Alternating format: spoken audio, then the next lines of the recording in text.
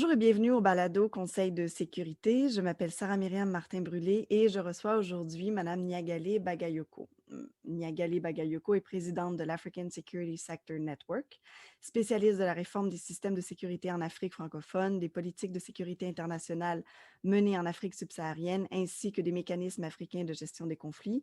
Elle a dirigé le programme Maintien et consolidation de la paix de l'Organisation internationale de la francophonie, après avoir été chercheur à l'Institute for Development Studies de l'Université du Sussex au Royaume-Uni et à l'Institut de recherche pour le développement en France, ainsi qu'enseignante en relations internationales à l'Institut d'études politiques de Paris. Madame Bagayoko est docteur en sciences politiques, diplômée de l'IEP de Paris. Sa thèse a obtenu le premier prix de l'Institut des hautes études de défense nationale. Elle intervient fréquemment dans de nombreux médias à l'audience internationale, à la fois télévisée, radiophonique et de la presse écrite. Madame Bagayoko, merci beaucoup d'être avec nous aujourd'hui. Pourriez-vous Merci à vous. d'abord nous parler de votre parcours académique et professionnel? Oui, alors tout à fait, hein, comme vous l'avez bien décrit, j'ai un parcours académique, universitaire.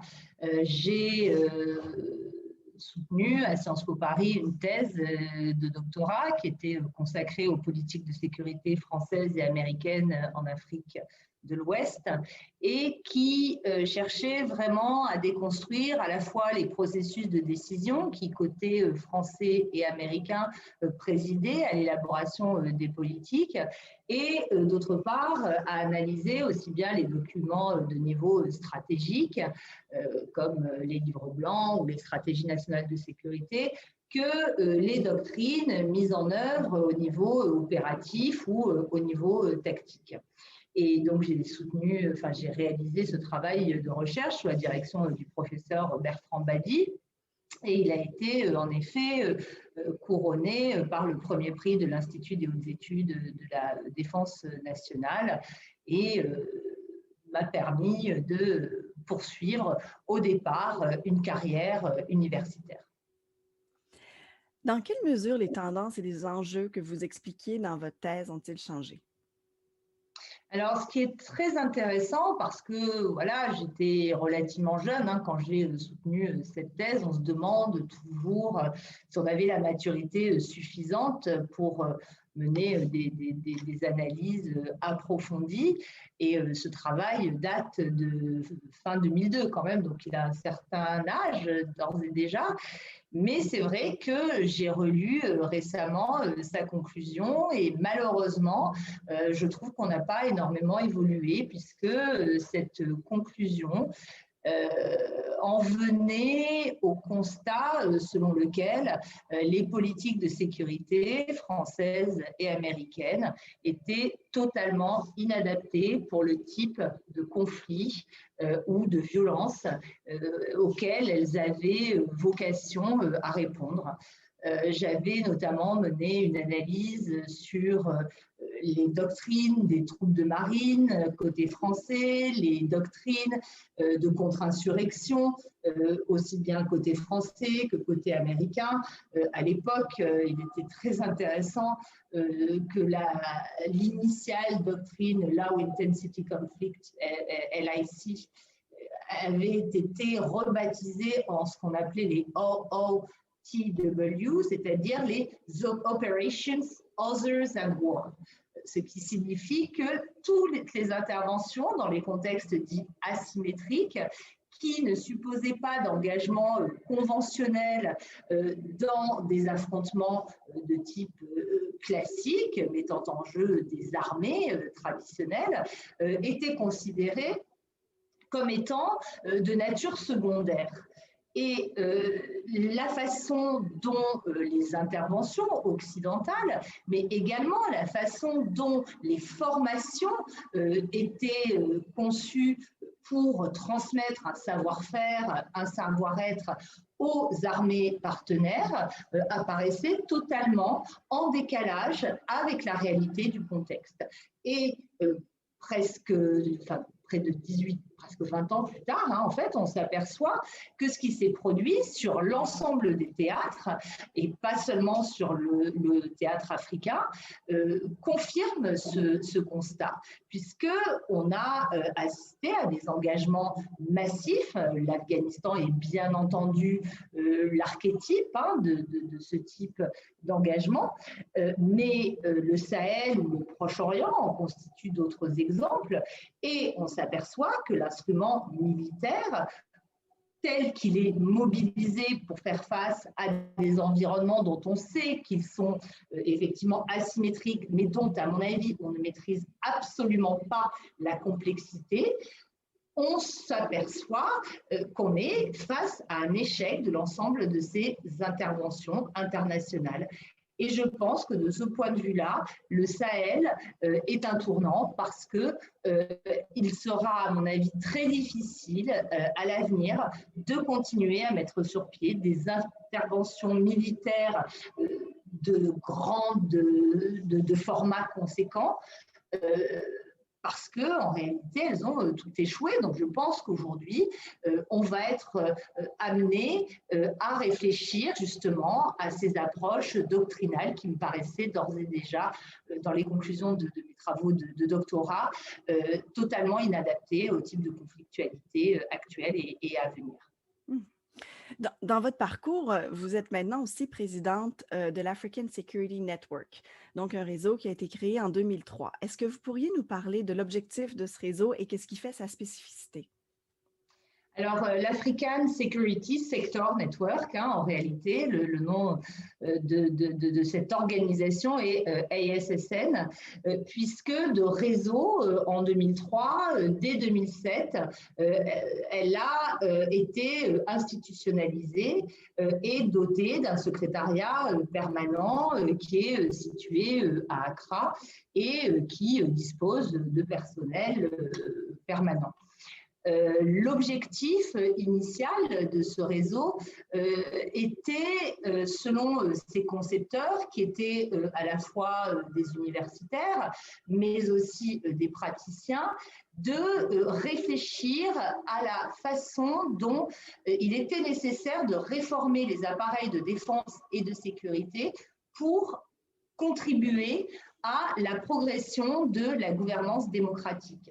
Ce qui est très intéressant, c'est que l'un des fondateurs du réseau, qui s'appelait Rocklin Williams, c'était un Sud-Africain blanc qui avait été un activiste anti-apartheid et qui donc connaissait parfaitement bien les efforts et les processus à travers lesquels l'appareil de sécurité sud-africain, qui par définition était fondé sur un principe d'inégalité, puisque c'était un appareil qui visait à promouvoir l'apartheid, avait pu s'adapter au nouveau contexte pluriculturel, pluriracial et démocratique.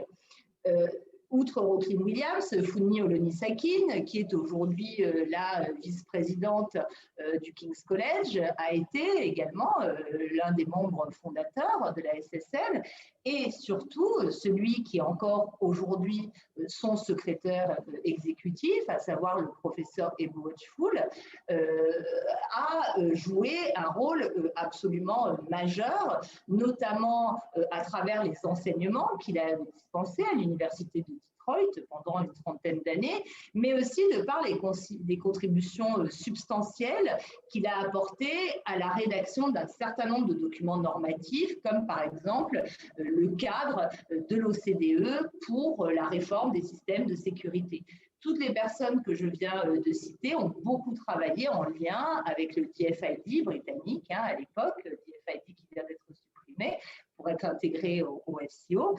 Et le soutien britannique a absolument été essentiel, puisque le concept de RSS, de réforme des systèmes de sécurité, à l'origine était porté dès 1997 par Clark Short, qui était à l'époque le ministre du Développement. Et il est intéressant de voir que le Royaume-Uni s'est par la suite désengagé du soutien apporté à la RSS, il en fait toujours, hein, mais il est beaucoup moins présent. Mais comme souvent pour les Britanniques, il a été capable de diffuser sur la scène internationale un certain nombre d'approches et de principes normatifs qui fondent encore la façon dont on conçoit la réforme des systèmes de sécurité, bien qu'à mon avis, et selon l'avis de mes collègues de la SSN, ces principes soient aujourd'hui en grande partie inadaptés et dépassés aussi. Maintenant, j'aimerais qu'on retourne au Sahel. Est-ce que vous pourriez nous en dire plus sur les principaux enjeux de sécurité dans la région et surtout dans quelle mesure la pandémie a eu un impact sur les défis de sécurité? Alors, je vais tout de suite commencer par la question de la pandémie parce que pour moi, la réponse est très simple. Pour moi, l'impact a été absolument marginal. Il n'y a pas d'impact de la pandémie sur les enjeux sécuritaires au Sahel. Ça, de manière extrêmement claire, à l'exception de la suspension temporaire qu'ont pu connaître les missions internationales, comme par exemple les missions IUTM ou ECAP de l'Union européenne, à l'exception des processus de quarantaine qu'ont pu connaître les forces, par exemple, déployées dans le cadre de la MINUSMA. On a vu aussi certains groupes armés prendre position pour ou contre les mesures barrières ou pour ou contre la vaccination, mais très sincèrement, la Covid-19 n'a pas eu d'impact significatif sur l'évolution de la situation sécuritaire. Comment caractériser cette situation sécuritaire au Sahel précisément? À mon avis, elle est avant tout caractérisée par sa dimension multiforme. On a affaire à une crise par essence multidimensionnelle qui comporte de nombreuses dynamiques qui ont tendance à s'imbriquer les unes aux autres. Alors, bien entendu, on parle souvent et on met principalement en relief les dynamiques de violence relatives aux groupes armés islamistes radicaux qui recourent pour certains à des pratiques terroristes extrêmement violente et sanglante. Mais là, de ce point de vue-là, il est extrêmement important aussi de considérer ces acteurs qui revendiquent l'usage d'un djihad violent pour faire progresser leurs idéaux, de se rendre compte que ces acteurs eux-mêmes sont très multiformes et qu'ils s'affrontent également souvent entre eux et de manière croissante. C'est-à-dire que pour schématiser, vous avez d'un côté les groupes qui sont affiliés à Al-Qaïda et d'autre part les groupes qui sont affiliés à l'État islamique. Ceux affiliés à l'État islamique ayant deux branches, une branche l'Aqshad qui a intégré la plupart des ex-éléments de Boko Haram, qui est un groupe qui n'existe plus en tant que tel en réalité, et qui existe encore moins depuis la disparition récente de son leader Aboubakar Chikaou. Et d'autre part, la deuxième branche de l'État islamique, c'est sa branche sahélienne qui s'incarne dans ce qu'on appelle l'État islamique au Grand Sahara, bien que cette appellation ne soit pas celle utilisée par les acteurs eux-mêmes qui parlent plutôt de Walat Islamia. Ce qui est intéressant, c'est que depuis 2020, notamment, on assiste à des affrontements souvent extrêmement meurtriers entre ces groupes affiliés d'un côté à Al-Qaïda et de l'autre à l'État islamique, ce qui démontre qu'il y a une influence de leurs idéologies respectives qui se distinguent les unes des autres. Mais ce qui est, à mon avis, un élément encore plus frappant, c'est que ces logiques internationales, de djihad international, promues par des centrales internationales, se sont greffées à des dynamiques extrêmement locales. Et la plupart des acteurs aujourd'hui djihadistes dans le Sahel central, notamment, que ce soit au Burkina Faso, au Niger ou bien entendu au Mali, qui reste l'épicentre de la crise, sont des acteurs particulièrement bien ancrés dans les sociétés et dans les réalités locales. Donc, il y a une sorte de phénomène de localisme. Ça, ce sont les premiers acteurs. Et juste à leur propos, je mentionnerai le fait qu'à mon avis, la façon que les acteurs internationaux et nationaux ont de les qualifier ou de les caractériser à travers l'usage du terme terroriste contribue à une difficulté pour justement les combattre. Parce que quand on parle de terroristes, il ne s'agit pas de contester le fait que ces groupes recourent à des attaques, à des méthodes particulièrement violentes et sanglantes. Et le terrorisme, c'est un mode opératoire, et uniquement aborder la question à travers un mode opératoire, ça prive de perspective sur l'ennemi en réalité qui les utilise, et surtout de perspective sur le discours et le projet politique qui est porté par cet ennemi, parce que la progression du djihadisme et de l'islamisme radical, elle ne se fait malheureusement pas uniquement que par le biais de la violence, elle se fait aussi par le biais d'autres outils beaucoup plus insidieux, que ce soit notamment les instruments de gouvernance locale, de gestion des ressources naturelles, d'administration de la justice ou de gestion des conflits inter- ou intracommunautaires. Les autres acteurs qui contribuent à la complexité de cet environnement sahélien, ce sont les groupes d'autodéfense ou les milices communautarisées qu'on a vu se multiplier depuis le début de la crise, depuis 2012, non seulement au Mali, particulièrement dans le centre, et les massacres particulièrement sanglants qui ont été commis contre des populations civiles, malheureusement, ont été souvent attribués à ces groupes, d'une part, et au Burkina Faso, la tendance est encore plus évidente avec la multiplication de ces groupes d'autodéfense, à l'origine non pas pour lutter contre des groupes djihadistes, mais plutôt pour lutter contre le banditisme et contre la criminalité locale, les bandits de grands chemins, les coupeurs de route, etc. Donc cette dynamique est extrêmement importante. Autres acteurs, je parlais justement de cette organisation contre la criminalité, ce sont les acteurs criminels eux-mêmes qui jouent un rôle majeur dans cet environnement sans poursuivre d'agenda politique particulier.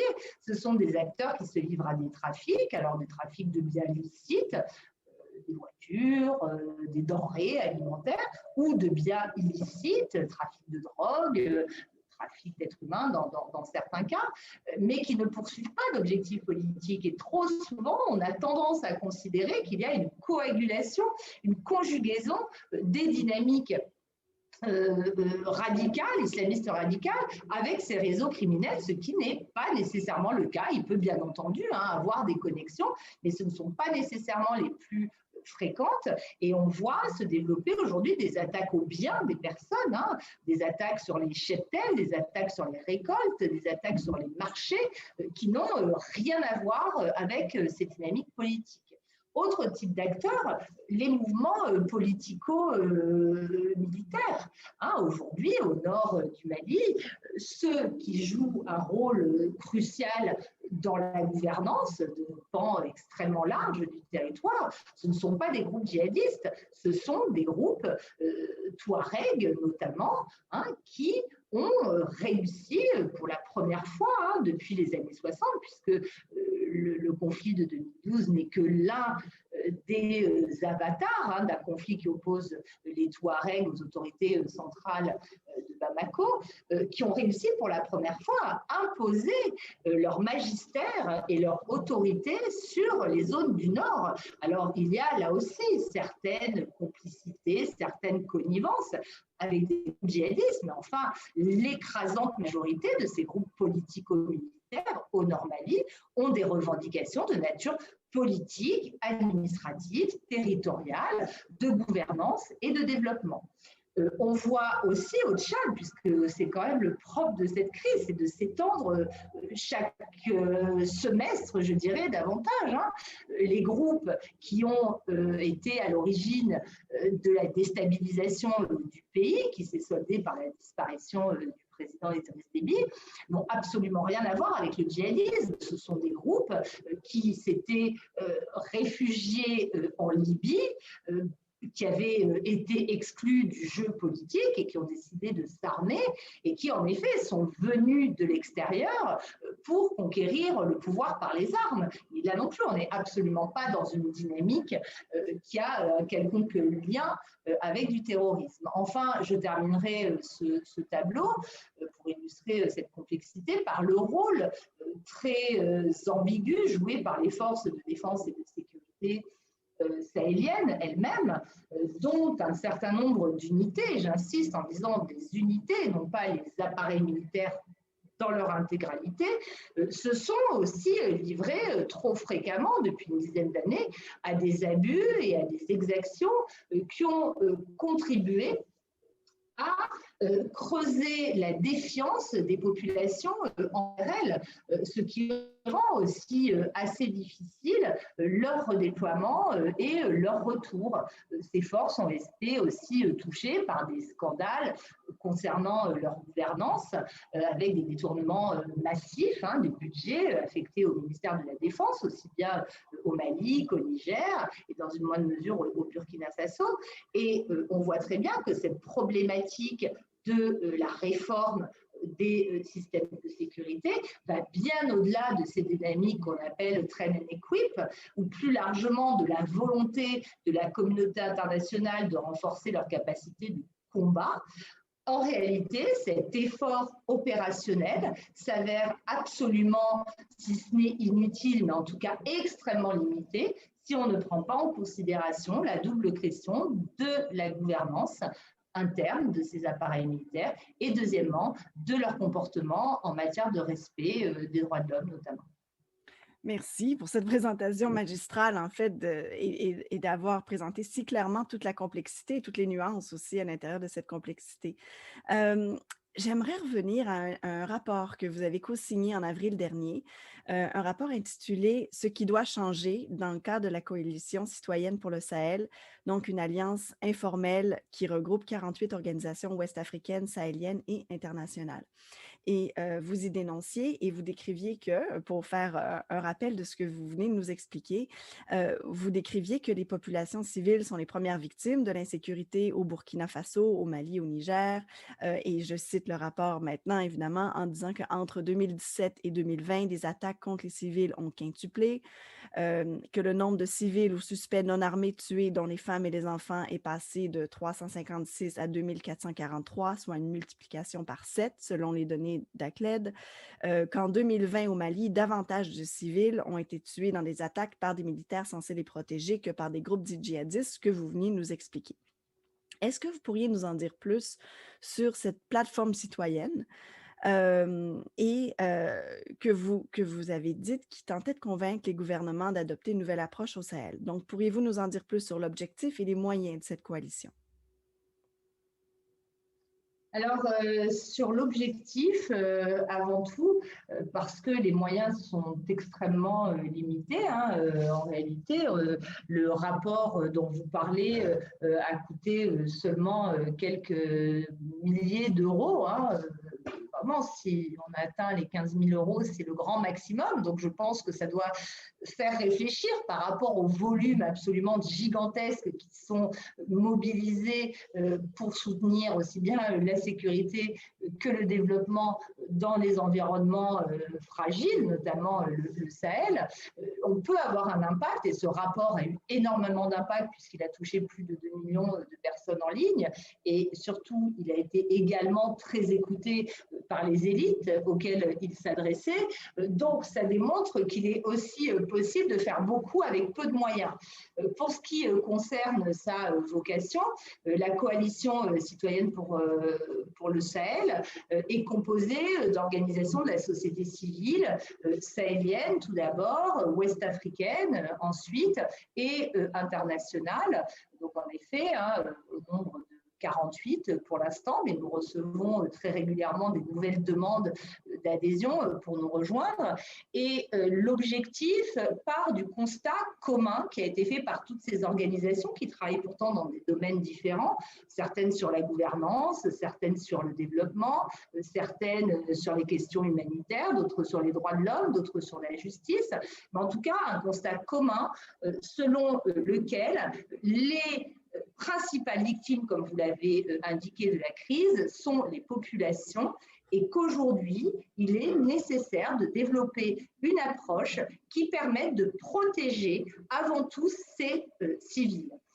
Cela signifie que, bien entendu, l'instrument militaire est nécessaire et doit continuer à être mobilisé, mais qui doit être mobilisé d'une manière beaucoup plus large et multiforme que dans le cadre de la seule lutte antiterroriste, ce qui ne veut pas dire que cette lutte antiterroriste ne fait pas partie de la palette qui doit être mobilisée, mais une focalisation comme celle à laquelle on assiste et qui malheureusement redevient le focus sur lequel la coalition internationale, cette fois pour le Sahel, principalement articulée autour des efforts français de gestion de la crise sahélienne, nous paraît totalement insuffisante.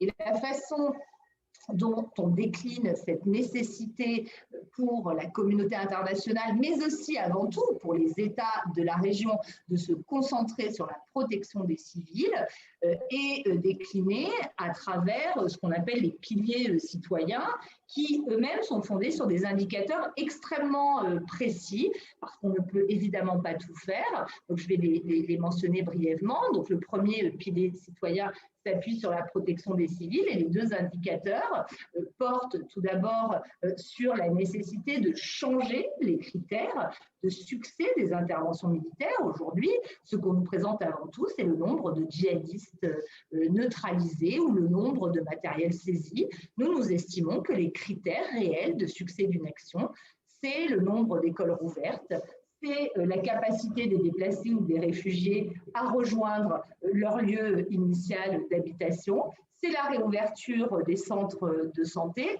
c'est la possibilité pour les agriculteurs de cultiver leurs champs ou pour les pasteurs, éleveurs, de faire paître leur bétail et pour toutes ces populations d'accéder à des marchés. Donc cela est beaucoup plus exigeant en fait en termes de critères de réussite. Le deuxième élément dans le cadre de ce pilier 1, c'est la nécessité d'élargir à toutes les armées sahéliennes ce qui nous apparaît comme un succès, en tout cas comme une initiative très encourageante, c'est l'adoption par la force conjointe du G5 Sahel, avec l'appui de l'Union européenne et du Haut Commissariat aux droits de l'homme des Nations Unies, de ce qu'on appelle le MISAD, qui signifie Mécanisme d'identification, de suivi et d'analyse des dommages causés aux civils. Il nous paraît absolument indispensable que les civils soient dédommagés pour les conséquences indirectes, souvent, des différentes opérations militaires. Le deuxième pilier porte sur la nécessité de s'attaquer aux causes profondes de la crise actuelle en adoptant une approche politique et en développant une réponse politique à cette crise, axée notamment sur la lutte contre les défaillances en matière de gouvernance. Et nous ciblons particulièrement le domaine que je citais précédemment, qui est celui des détournements dans le secteur de la défense, en demandant qu'il y ait une concentration pour lutter contre ces abus qui sont inacceptables, particulièrement dans un contexte où les soldats sahéliens vont se faire tuer par centaines, voire par milliers, depuis une dizaine d'années. Il est inacceptable que des budgets soient détournés. Nous pensons aussi qu'il y a une nécessité aujourd'hui de coordonner davantage les approches politiques du conflit qui existent d'ores et déjà, que ce soit du côté des autorités maliennes, qui ont fait état, quelle qu'ait été leur identité, depuis 2 ans maintenant, de leur volonté d'entrer en négociation, mais aussi, y compris avec les groupes djihadistes, en tout cas avec certains leaders, mais aussi des nombreux accords qui sont de plus en plus passés au niveau local pour justement permettre aux populations de recommencer à vivre dans des conditions acceptables. Les deux autres domaines, c'est la nécessité d'appuyer davantage le secteur humanitaire en facilitant l'accès des organisations investies dans ce domaine et en augmentant leur financement parce que ce sont des acteurs tout aussi indispensables que les militaires.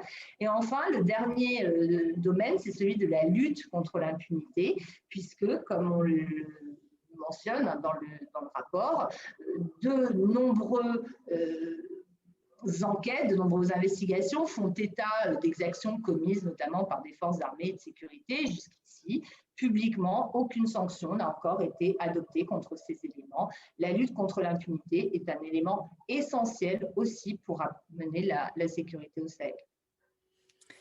Maintenant, si on parle des derniers coups d'État qu'il y a eu. Le 18 août 2020, les forces armées maliennes renversaient le président de la République, Ibrahim Boubacar Keïta, au pouvoir depuis 2013. Le 24 mai dernier, donc en 2021, l'armée malienne arrêtait le président, le premier ministre et le ministre de la Défense. Et le lendemain, le 25 mai, le vice-président de la transition, Assimi Goïta, prenait le pouvoir. Est-ce que vous pourriez nous parler des principaux enjeux de ces bouleversements politiques, justement pour la population locale? Alors, je ne suis pas certaine que ce soit la population locale qui subisse les principales conséquences de ces coups d'État eux-mêmes, dans la mesure où ce qui les a caractérisés, c'est plutôt leur non-violence. Il y a eu recours à la menace armée, mais en l'occurrence, ces acteurs qui ont perpétré au Mali ces deux coups de force n'ont pas fait couler le sang. Je pense que c'est un élément important à rappeler. Le sang a coulé dans le cadre des manifestations de protestation contre le régime d'Ibrahim Boubacar Keïta, lorsque notamment la Forsat, c'est-à-dire la force antiterroriste, a tiré à balles réelles sur les manifestants et on a déploré entre 10 et 18 morts selon les chiffres avancés. Mais ce qui est beaucoup plus préoccupant, c'est la question dont l'état de droit est ou non respecté dans ces pays-là. Et malheureusement, la communauté internationale a contribué, à mon avis, à favoriser non pas forcément le premier coup de force, bien que la déclaration, y compris de la France, soit plus ou moins ouvertement réjouie d'avoir enfin des partenaires beaucoup plus crédibles que les autorités précédentes, mais la France a été rattrapée très très vite, puisqu'on voit très bien que le deuxième coup de force, qui est arrivé le 24 mai, mais lui a démontré qu'elle ne maîtrisait absolument pas la situation. Et la colère exprimée par le président français lui-même est tout à fait significative de cet agacement, impatience et sentiment, à mon avis, croissant de ne pas maîtriser les acteurs locaux. Mais je pense qu'il est absolument indispensable de lier ce qui s'est passé le 24 mai au Mali avec ce qui s'est passé précédemment au Tchad, parce qu'au Tchad, on a assisté, à la suite du décès du président Idriss Déby Itno, à l'installation immédiate d'une junte militaire qui plus est dirigée par le fils du défunt. Et non seulement l'État français a immédiatement reconnu la légitimité de cet organe, mais à mon avis, de manière encore plus préoccupante, l'Union africaine a décidé de ne pas prendre de sanctions contre ces autorités qui venaient de violer l'état de droit et les principes constitutionnels. Et c'est un très grand recul qui a évidemment été noté, à mon avis, par de nombreux acteurs, y compris les acteurs maliens, dont je suis certaine qu'ils y ont vu, si ce n'est un encouragement, en tout cas, l'idée qu'ils ne seraient pas arrêtés s'ils tentaient quelque chose, et ils ont eu raison si on regarde les choses de manière cynique, parce qu'ils ont en effet bousculé de manière complètement contraire à ce qui est respect de l'état de droit, les principes établis dans le cadre de la charte de la transition, mais là aussi, ils n'ont pas été sanctionnés par leurs pairs de la communauté économique des États de l'Afrique de l'Ouest.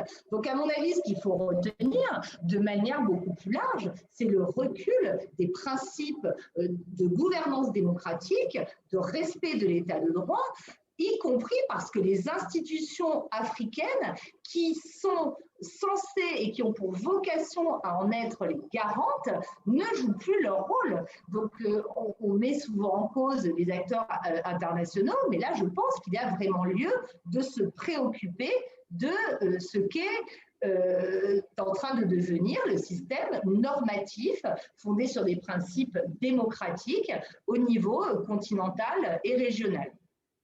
Parlant d'état de droit et de gouvernance démocratique, vous avez beaucoup publié et développé le concept d'hybridité des systèmes de sécurité en Afrique qui réfère notamment à l'absence du monopole de la violence légitime dans plusieurs États du Sahel. Est-ce que vous pourriez nous en dire plus sur ce concept et son importance pour mieux saisir les dynamiques de conflit au sein des pays du Sahel, mais dans la région plus généralement? Alors, quand je présentais l'African Security Sector Network tout à l'heure, j'ai indiqué que les approches qui ont été conceptualisées et rendues normatives dans le cadre de la formalisation initiale du concept RSS étaient, à mon sens et au sens de la SSM, de plus en plus dépassées. Et c'est justement en nous référant à ce cadre d'analyse de l'hybridité que nous avançons cette hypothèse. Qu'est-ce qu'on entend par hybridité? L'hybridité, c'est la façon dont les normes, les standards, les pratiques, à la fois formelles et informelles, s'entremêlent et interagissent à la fois au niveau des acteurs mobilisés, mais aussi au niveau des processus de décision et enfin au niveau des réseaux qui sont actifs et qui contribuent au fonctionnement du secteur de sécurité.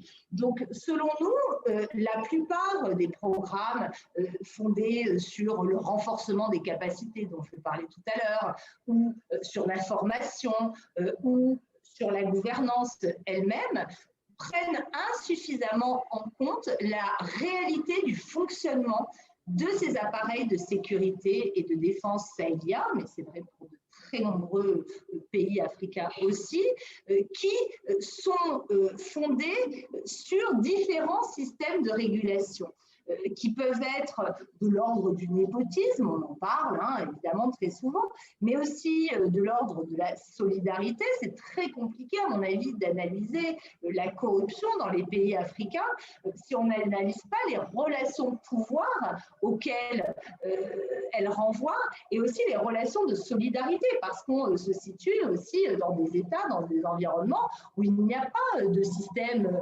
institutionnalisé de protection sociale, etc. Où donc il y a de très nombreux amortisseurs sociaux qui fonctionnent autour du principe, voire de l'obligation sociale de la redistribution. Et la redistribution par en effet la prédation ou en tout cas l'utilisation des ressources de l'État. Ça fait partie de l'hybridité.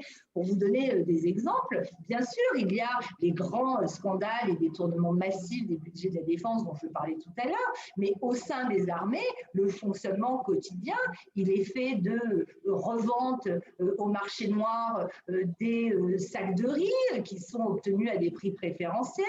Il est fait de la vente et du détournement du fioul qui est attribué à l'armée. Il est fait du désossement des véhicules pour en revendre certaines pièces détachées. Toutes ces questions sont fondamentales pour comprendre le fonctionnement de ces systèmes de sécurité. On voit aussi qu'il y a eu des tentatives, par exemple de la part de l'Union européenne dans le cadre des missions IUTM et ECAP pour réformer les systèmes de gestion des ressources humaines, de gestion de la paye, mais les approches qui ont été retenues, oubliez aussi qu'à travers l'informatisation qu'on voulait faire entrer, il y a des hommes, et des hommes qui sont aussi capables de cacher, en rentrant des données, les effectifs réels, parce qu'on ne connaît pas très souvent les effectifs des armées, et ce n'est pas simplement parce qu'on veut garder ça secret défense pour faire peur à l'ennemi, c'est très souvent parce qu'il y a des effectifs fictifs qui continuent à être sur la chaîne de paiement. Donc ça fait partie de l'hybridité. La multiplication des acteurs que je décrivais pour caractériser l'environnement sécuritaire sahélien, elle participe elle aussi de l'hybridité à travers les acteurs. On voit très bien que des groupes d'autodéfense aujourd'hui jouent un rôle quasiment aussi important que des forces de défense et de sécurité officielles. On voit aussi que des groupes rebelles dont je parlais jouent un rôle central dans la façon dont la sécurité est apportée aux populations sur lesquelles ils exercent leur autorité. C'est vrai aussi des groupes djihadistes. Donc c'est très difficile aujourd'hui de continuer à avoir une approche qui reste fondée sur une conception de l'État weberienne de type rationnel légal. Cette dimension existe. Il ne s'agit pas de dire qu'on est dans une jungle totale. Non, mais ce qui fait justement la complexité, c'est que de très nombreux acteurs jouent sur les deux registres, à la fois sur ce cadre légal, qui maîtrisent souvent très bien, qui savent parfaitement mobiliser et utiliser, et à la fois sur ce cadre informel à travers leurs interactions diverses, notamment par la mise en réseau des relations et des capacités. Parlant de mise en réseau et d'organisation, vous mentionnez tout à l'heure le rôle de la force du G5 Sahel. Le G5 Sahel est une organisation composée de la Mauritanie, du Mali, du Burkina Faso, du Niger et du Tchad. Est-ce que vous pourriez nous parler des principaux défis de cette organisation et quels sont ceux associés à la mise en place ou à l'appui des mécanismes de prévention, de gestion et de résolution des conflits communautaires dans l'espace du G5 Sahel? Pour moi, le G5 Sahel est une organisation qui est l'archétype de l'inflation institutionnelle à laquelle a donné lieu la gestion de cette crise sahélienne. On a, depuis le début de cette crise, vraiment assisté à l'émergence d'un monstre institutionnel dont on n'arrive plus, à mon avis, aujourd'hui, à gérer les différentes ramifications. Le G5 Sahel a été créé à la fois en raison de la volonté de la Mauritanie qui n'appartenait plus à la CEDEAO qu'elle avait quittée en 2000, de s'investir dans la gestion de la sécurité sous-régionale et de la volonté de la France de s'appuyer sur des systèmes qui n'étaient pas ceux de l'Union africaine ou de la CEDEAO qu'elle considérait comme inefficace.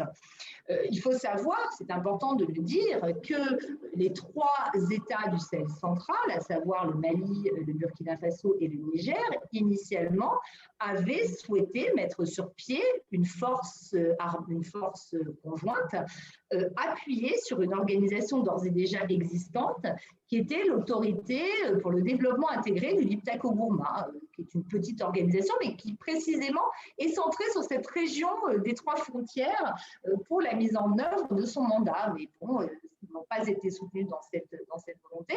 Et donc, il y a eu la création du G5 Sahel qui s'est ajoutée aux dizaines d'organisations, à la dizaine d'organisations. J'ai publié d'ailleurs pour l'Université de Québec Montréal une étude qui s'appelle le multilatéralisme sahélien, le multilatéralisme africain à l'épreuve de la crise sahélienne.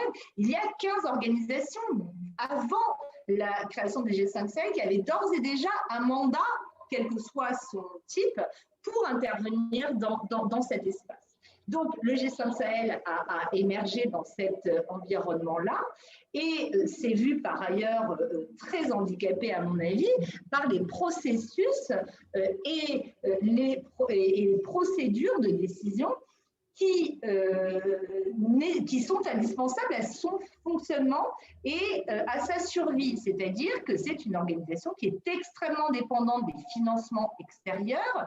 Les financements extérieurs promis dans le cadre de conférences de donateurs ont mis beaucoup de temps à se matérialiser, soit parce que certains pays comme l'Arabie Saoudite n'ont pas matérialisé la contribution qu'ils avaient annoncée initialement, soit parce que d'autres contributeurs, comme par exemple l'Union européenne, sont soumis à des procédures internes et à des processus administratifs, budgétaires et décisionnels extrêmement lourds qui font qu'on ne peut pas décaisser de l'argent comme ça immédiatement. Donc, on a énormément médiatisé cet instrument, ce qui a laissé penser aux populations aussi qui allait avoir une force immédiatement efficace pour intervenir. Ce qu'il faut préciser, c'est que le G5, c'est une organisation multilatérale au départ, dont le mandat est de la promotion de la sécurité et du développement, et la force conjointe n'a été créée que 3 ans plus tard. Donc les processus de décision ont été extrêmement lourds. Ce à quoi on assiste aujourd'hui, comme je l'ai dit, il y a des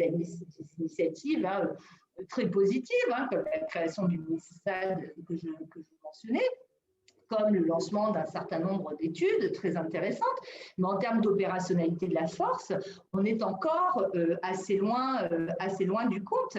Et l'un des risques que je vois aujourd'hui, c'est qu'on a encore rajouté une nouvelle structure en créant le secrétariat de cette coalition internationale pour le Sahel, qui lui va être situé à Bruxelles désormais, qui est dirigé par un Tchadien, mais qui va être situé à Bruxelles désormais.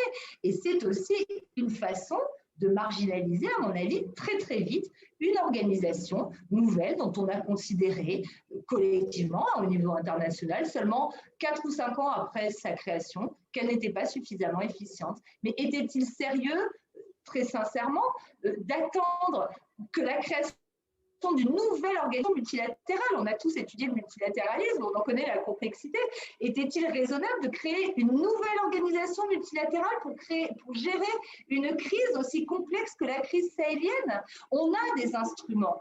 La difficulté, c'est qu'on veut, très souvent, malheureusement pour des raisons de communication, créer des nouvelles initiatives de manière permanente, et on en vient à des dispositifs qui sont absolument ingérable d'un point de vue institutionnel, et c'est le cas aussi du G5 Sahel qui se situe dans cette architecture absolument folle à mon avis.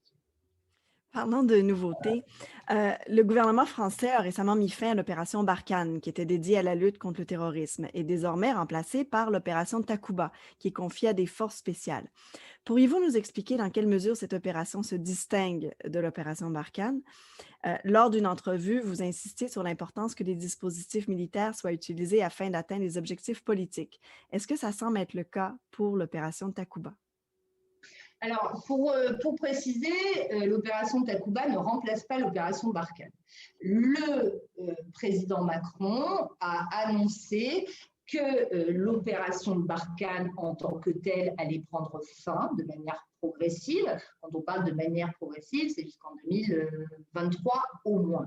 Donc, ça va prendre du temps. Et actuellement, l'opération Takuba est partie intégrante de l'opération Barkhane.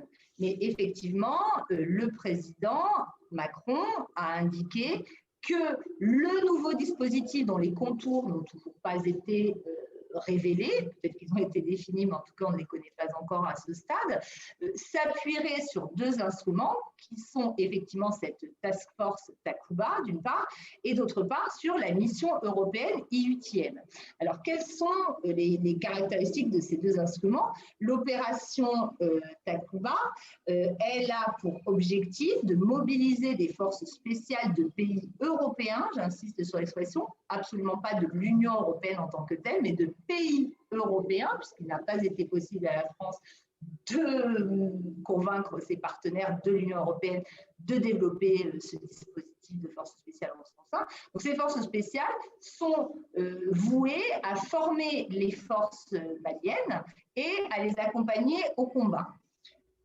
Pour l'instant, sont membres de la force Takuba, outre les Français, les Estoniens, les Suédois, les Tchèques, les Grecs vont rejoindre la force, les Danois et les Belges également, mais vu les derniers événements, ils ont pris un peu leur distance. Le dispositif IUTM, c'est une mission de formation qui a été mise sur pied dès 2013, dès le déploiement de l'opération Serval qui avait précédé Barkhane, et dont l'objectif est, lui, de former l'armée malienne de manière conventionnelle et aussi de la conseiller pour qu'elle se restructure, comme je l'ai indiqué tout à l'heure.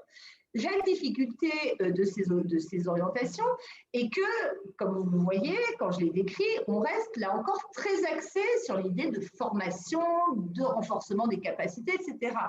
Et pour moi, il y a un biais dans une telle approche, c'est qu'on oublie quand même un peu vite quel était l'état des armées sahéliennes justement en 2012 et qui les avait formées pendant une quarantaine d'années. On ne peut pas considérer, à mon avis, que ça fait seulement 8 ans qu'on a commencé à vraiment former ces armées. Il y a eu un travail pendant des décennies qui a été fourni et dont on doit de manière indispensable faire le bilan parce que c'est un échec.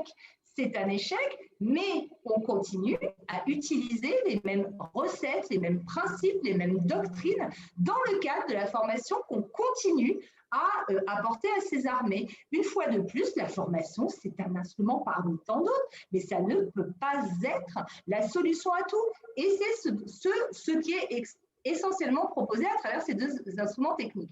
Mais par rapport à la question absolument centrale de cette question de la mise au service de l'intervention militaire, qu'elle soit de type conventionnel avec Barkhane ou de type opération couverte et spéciale dans le cadre de Takuba, c'est effectivement celle du lien avec les objectifs politiques au service desquels ces interventions sont mises.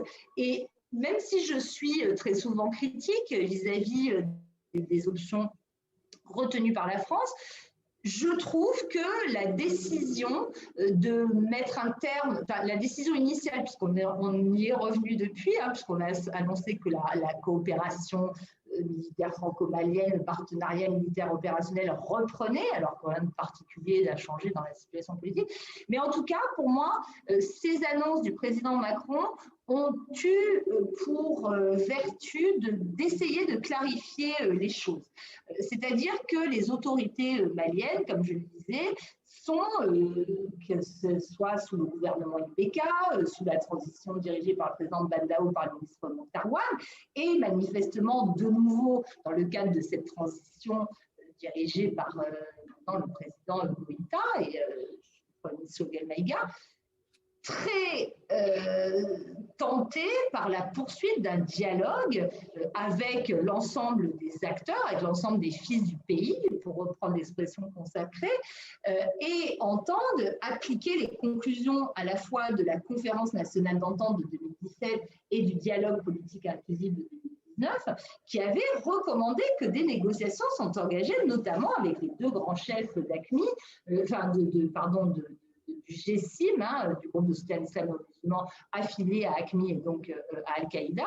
Donc, que des négociations soient engagées. Et la France s'y oppose de manière extrêmement ferme depuis des mois, en fait. Et il y a un contentieux entre la France et le Mali qui dure depuis très longtemps, qui a éclaté au grand jour à travers l'affrontement verbal de Jean-Luc Le Drian, ministre français des Affaires étrangères, et de l'ex-premier ministre Mokhtar Ouane, où l'un disait, donc le premier Jean-Luc Le Drian, il est hors de question que des négociations soient menées avec des djihadistes, et Mokhtar Ouane qui lui répondait, mais enfin, ça c'est une décision souveraine du Mali et elle nous appartient. Et je pense qu'en effet, il y a une ambiguïté du côté des autorités maliennes qui disent qu'on peut tout à fait négocier, mais tout en continuant à mener des opérations militaires, c'est vrai, mais les partenaires ne sont pas du tout obligés de souscrire à ce type d'analyse politique. Et donc, si la France estime qu'il n'est pas dans son intérêt ni dans ses valeurs de s'engager dans ce type de processus, moi, il me semble que c'est plutôt sain parce que ça remet les autorités maliennes au cœur du dispositif. Mais je ne suis pas sûre que les évolutions que l'on voit depuis les annonces qui ont été faites confirment ces orientations. Je crains que ces annonces aient été aussi assez médiatiques.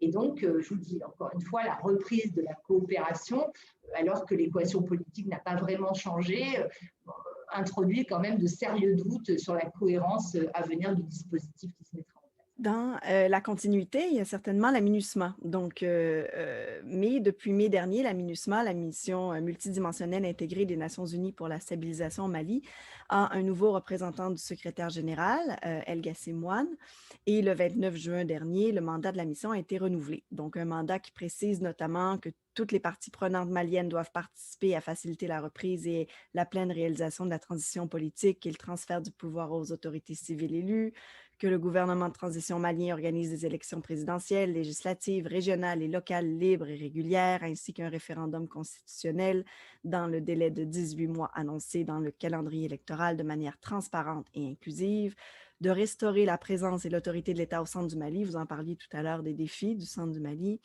De lutter contre l'impunité des atteintes et violations du droit international, des droits de l'homme et du droit international humanitaire au centre du Mali, et de poursuivre avec l'aide de leurs partenaires leur action en faveur d'un développement socio-économique durable et inclusif au centre du Mali. Est-ce que vous pourriez nous parler des défis pour la mission pour la prochaine année et dans quelle mesure pensez-vous que la MINUSMA est adéquatement outillée pour faire face au mandat qu'on lui a donné?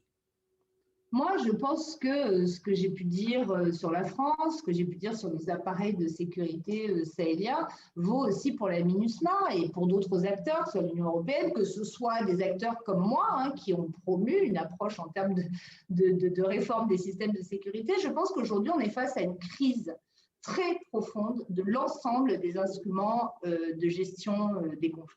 On est dans une crise collective et la MINUSMA n'est pas épargnée. On voit très bien que malgré les nombreux rapports qui ont visé à réformer ces opérations, notamment en développant leur nature intégrée, hein, que ce soit tous ces rapports qui sont succédés, depuis le rapport Brahimi jusqu'au rapport plus récent INPO, au rapport Cruz, on voit que l'impact de ces opérations continue à être quand même relativement limité. Alors, il y a eu un changement, je trouve, dans la perception que les populations ont de la MINUSMA. La MINUSMA a été extrêmement mal perçue et concentrée de toutes les critiques à un moment donné. Je trouve que ces remises en cause se sont tues, mais de là à considérer que les populations voient dans la MINUSMA la solution à leurs difficultés, non, je ne pense pas. Et l'un des principaux défis, que va devoir affronter la MINUSMA, c'est donc justement la partie de son mandat qui porte sur la mise en application, enfin l'accompagnement de la mise en application de l'accord pour la paix et la réconciliation au Mali de 2015, dont on voit très bien que les présupposés sont très souvent remis en cause et dont la mise en œuvre a très très peu avancé depuis la signature du texte. La question de la protection des civils également au centre du Mali, qui fait là aussi partie du mandat, est loin d'être acquise. Hein. On a vu que la MINUSMA peinait quand même à s'imposer face aux différents groupes présents. Donc, moi, il me semble que la MINUSMA, elle est elle aussi confrontée, mais comme les opérations de paix en général, on voit encore ce qui se passe avec la MONUSCO, la MINUSMA est quand même localement contestée, pour un peu nuancer ce que je disais, il y a des populations qui manifestent tous les jours à Argueloc pour demander la délocalisation de la force. Donc non, malheureusement, je pense que là aussi, il y a un besoin de repenser ce type d'opération.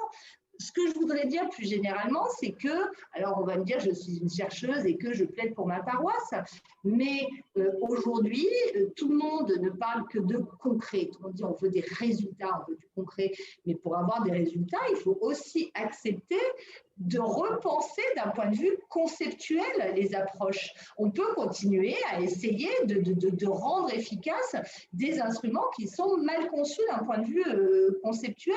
Et aujourd'hui, je pense qu'il y a vraiment une nécessité d'accepter, de réfléchir au type d'instruments qu'on utilise et à ceux qui pourraient éventuellement s'y substituer, notamment en se fondant sur une connaissance et une compréhension beaucoup plus approfondie des contextes locaux.